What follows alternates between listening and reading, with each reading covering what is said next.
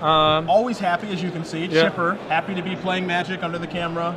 Multiple, I believe, multiple PC top 8s in his career.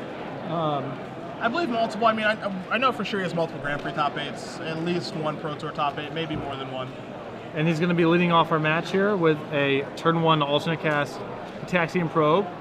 His opponent, Adam Percy, is playing blue, white, red mid-range, if you want to rattle off some of what his deck's doing here. So he's doing a little bit of everything. It's a Delver deck, kind of, but doesn't have Delver, so it's kind of, you know, the mid-range approach that Sam Black has taken. You'll find some Snapcasters, some Phantasmal Images, 1 Sun Titan, 3 Thundermaw Hellkites, 4 Restoration Angels, and 4 Blade Splicers.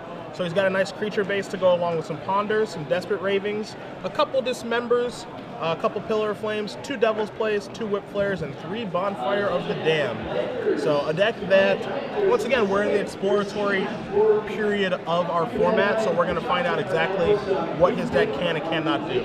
So I believe Efro kept a 1 lander as he ripped Forest off of his Gitaxian Probe, which is going to enable a start of turn 1 Delver, turn 2 Quirion Dryad, which is an exciting M13 reprint. Delver does not flip.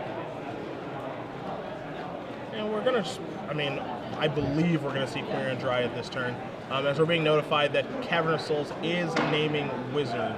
And now with Efro knowing that Percy has Whip Flare in his hand, he doesn't want to empty out his... Okay, sure. I didn't see the probe, so. Hello, Flame. We know Efro has a Mana Leak in his hand. Do you think this is worth fighting over? Probably, because I don't know what your plan is to do otherwise. Like, you play Quirion Dryad, it just gets Whip Flared, and then now what? You kind of just have to ride this Delver, I think. We're looking for another 1, putting Adam down to 18.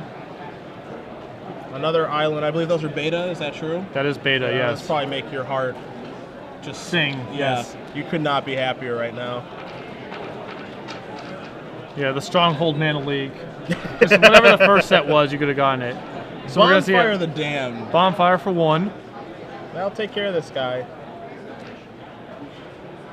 Efro is likely trying to set something up with Quirion Dryad plus Mana Leak, something like of that nature. Or at least just not get blown out by all of Percy's sweep effects. Yes. There's a Quirion Dryad. With a removal-heavy deck like Percy's, in Percy's removal, he has 2 Dismembers, 2 Pillars, 2 Devil's Plays, 2 Whip Flares, and 3 Bonfire of the Damned to go along with all of his good creatures. You know, getting a threat, sticking it, and having it be relevant is going to be pretty tough for Eric. Yes. So that is going to be the challenge, is actually getting some momentum. Even though Delver is, Delver being flipped is good, or Quirion Dryad being large is good, at the same time, he still has huge creatures in his deck. He still has Thundermaw Hellkite. He still has Restoration Angels. So he can, if he can't kill him, he can fight him with his own guys. So Efro's going to snag his own Quirion Dryad in response. And after keeping what I believe was a 1-lander, Eric is really flooding out here. Quirion Dryad's going to make a return visit along with Hinterland Harbor, and I think the other card in his hand is just another land. I think it's a land, yeah. So now this is where things get ugly. Yep. Dragon. Right. Yeah, he's not sitting at home. And this is our camera debut of Thundermaw Hellkite today. Yeah, we have not seen this today. I was hoping this. I mean, that card's too good not to be seen. Yeah. All right, so Quirion Dryad's going to go up to a 2/2 here. Our Ponder has a Snapcaster Mage, which is pretty awesome. Snapcaster Mage plus Vapor Snag can get the Hellkite off the board and grow the Dryad, or he can, take another cantrip. And we're going to finally be able to see exactly how out of control the Dryad can get. Well, currently it's just a Grizzly Bear, but there's room for improvement. Yeah, we can do better. Draw step for Adam. Bonfires, he does have 2 more in his deck. And a Ponder is going to go ahead and give him some options. See what he has available to him. Yeah. Nice thing here is that, assuming that Eric kept the Snapcaster Mage on top, put it into his hand from Ponder, he'll be able to play it, snag the Thundermaw Hellkite, make Quirion Dryad into a 4/4. That sort of thing, make it a little bit more relevant as Adam moves his cards over for the camera. Thank you, kind sir. Eric's in bad shape, I think. Oh yeah, he's in real bad shape. But I mean, it's not unwinnable. I don't know. I think it's getting pretty close. I mean, Percy has so many awesome draws from here that even if Froehlich basically runs perfectly from these draw steps, and we know that one of the 3 cards in that Ponder is a land that he had to keep. Between the Devil's Plays and Bonfires and everything else, he has so many just live draws.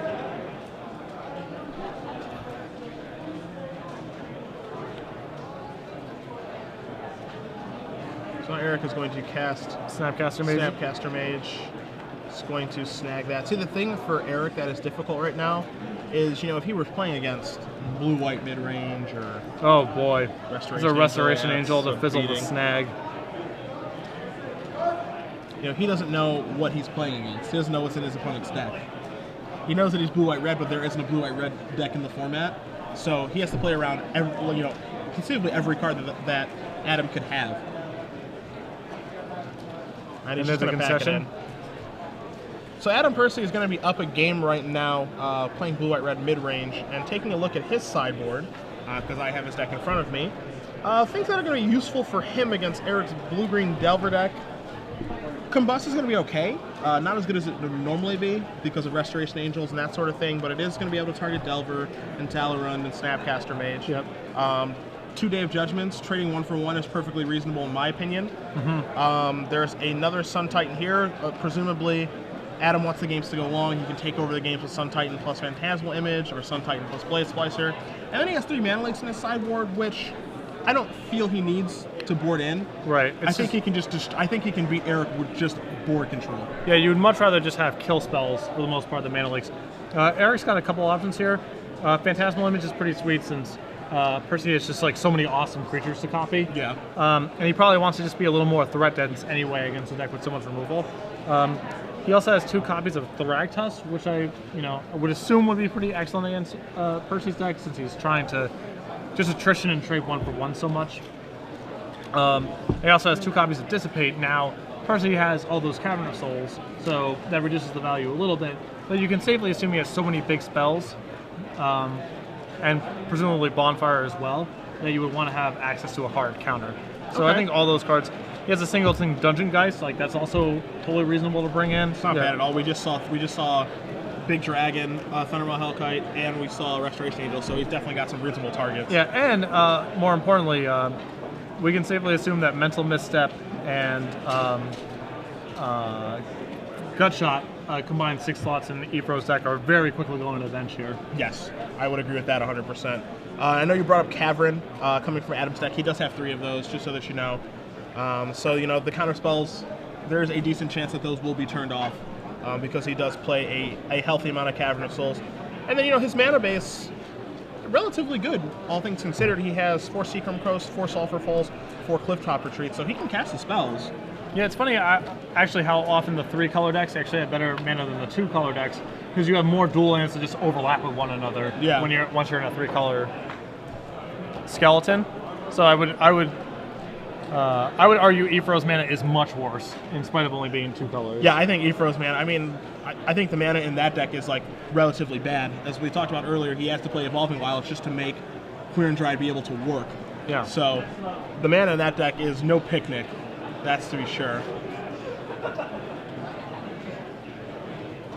Eric's going to be on the play this game, and he is looking at his opening 7, contemplating things, while Adam is sitting there. Showing no emotion. Yes. Thinking about Vegas and the Mirage. Vegas and the Hard Rock.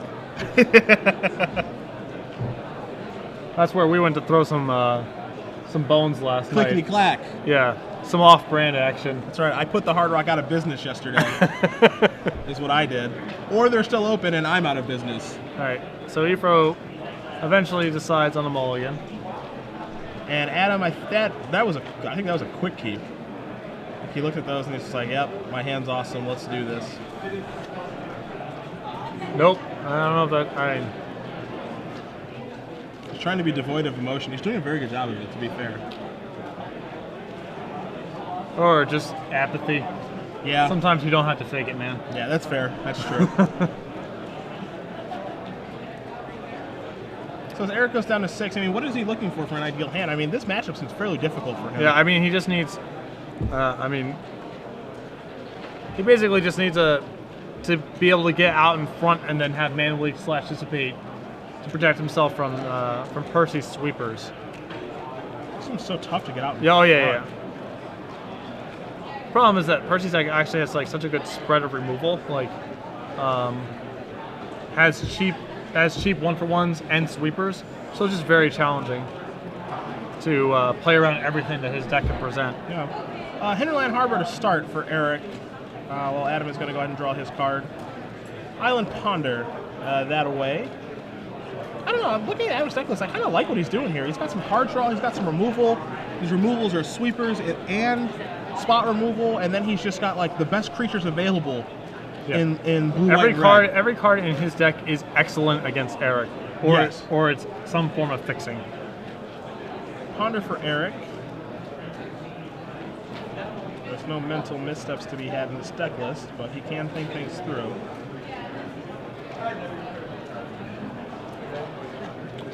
So Eric's a little jammed up on mana. I think he has a cavern which doesn't facilitate casting any of his cantrips. He's gonna go ahead and keep that. Evolving Wilds is gonna go ahead and sacrifice, clear that Ponder if he so chooses. I assume he can't afford to like sit on this evolving. Oh, okay. Look at how wrong we are. Another Mana Leak. I mean, Mana Leak's a very important card in this match, so. Yep. I see a leak. I see multiple leaks, a Snapcaster, a Phantasmal Image, a Cavern of Souls, so, I mean, his hand is fairly good. Yeah, it's just an issue of, like, how exactly is he going to start applying pressure? Percy's just going to fire it out there. Just going to play a Snapcaster. I mean, he's only got 2 Snapcaster Mages in his deck. And, I mean, I kind of like this idea of playing that Snapcaster there so that, Eric just can't get set up and sit behind these Mana Leaks and just do all this stuff. Like, this is putting some pressure on him and forcing him to make a decision on what he can do. Yeah, because even though Percy is definitely the control deck contextually in this matchup, this deck actually has quite a bit. It can easily go from 0 to 60 in terms of applying pressure. Yes. You know, with Thundermaw, Hellkite, or Blade Splicer, you know, whatever. So. You know, the other thing is that while Eric sits behind this Mana Leak shield that he has up, you know, that shield can be broken up very easily just by a Cavern of Souls. Yes. We're going to play Snapcaster Mage. For you guys wondering at home, Cavern of Souls is naming Wizard, so that's going to resolve. He's going to ponder and try to get some things set up for the future turns.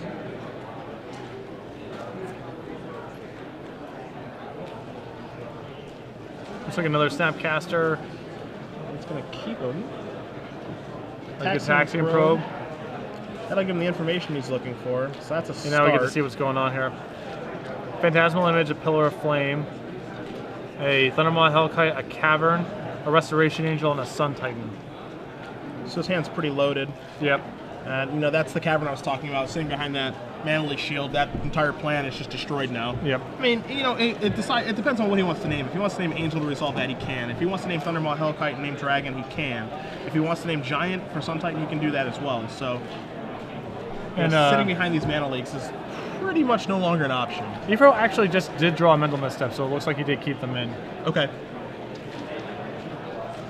I mean, ideally, you know, because Adam is playing a 3-color deck, maybe his reliance on Ponder is a little high. Yep. And mental misstepping that can be rather backbreaking.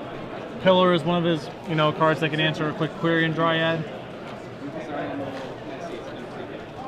We'll see what Adam decides to name here. You know, he doesn't have to name Angel because he can just get it into play. Yeah, you can just cast it right now if you feel like it. It's going to take the opportunity to block. It's going to get a trade. Yeah, I don't mind casting it there. I mean, it basically falls in line with the rest of his sequencing, which is just to get a clock going. Efro's hand's actually pretty exposed to him just playing a 3/4 flyer and starting to get in. Yeah. To the point where he doesn't have to name Angel on his Cavern of Souls. He can name Dragon and resolve that. Yeah.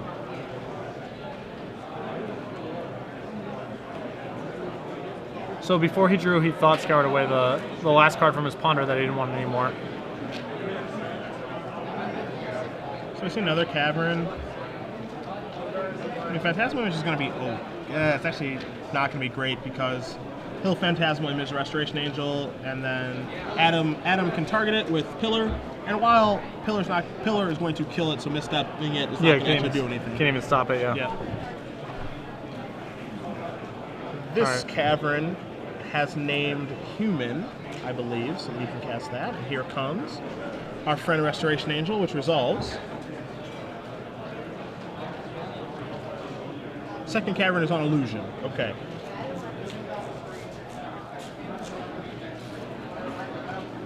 So I'm a little surprised Percy didn't just fire off his Restoration Angel on his turn if that was his plan. Yeah, I mean, maybe there's some risk of Phantasmal Image is the concern. Well, that's pretty backbreaking. Cavern. Yeah, you just do another cavern naming Dragon. So now that's resolving for sure. Whereas Eric was pretty well set up to deal with that was a really rough draw for Eric. Yeah. Now this is also a 2-turn clock because he's at 16 facing 8. Facing 8. He's facing 8 and 8, so it's a 2-turn clock. If he Phantasmal Images either one of those things, it just gets pillared. Doesn't get to block with either one of them. And then if Delver flips, I mean, the block isn't great. Okay, Snag is decent there. It's gonna take 5. I guess he can image Thundermaw and then get him for 8 conceivably if Delver flips, which it does not. Looks like a Evolving Wilds he just drew. The problem here, and this is part of the reason that Cavernous Souls is so good and why people have been skimping on Mana Leaks, is because, very simply, Mana Leak has been... His plan is to sit behind Mana Leak this game. That's what he was crafting with his Ponders and just the way that he was setting things up, and they have done nothing the entire game. Yeah. So yeah, now he's just going to attack for 1. He's going to try to trade here, but he knows from Gitaxian Probe that there's momentum, that there's there's a Pillar of Flame over there. So filthy. We're gonna do this first, I guess. Just gonna copy that. It's gonna do that. I'm gonna come over for 10, and then I can Pillar you, forcing you to leak it. I think he has a second Pillar in his hand too. Dragons! Yeah, and there's a second Pillar over there too, so. Yeah, he's got it. Yeah. Either way he does it, this one is going to be over. It looks no, like... he has Misstep plus Leak. Well, Evolving Wilds. Oh, it's Evolving, sorry, Yeah. Okay. Alright, so Adam Percy wins. 2-0, very straightforward dismantling of Efro's deck right there. Those games were one-sided.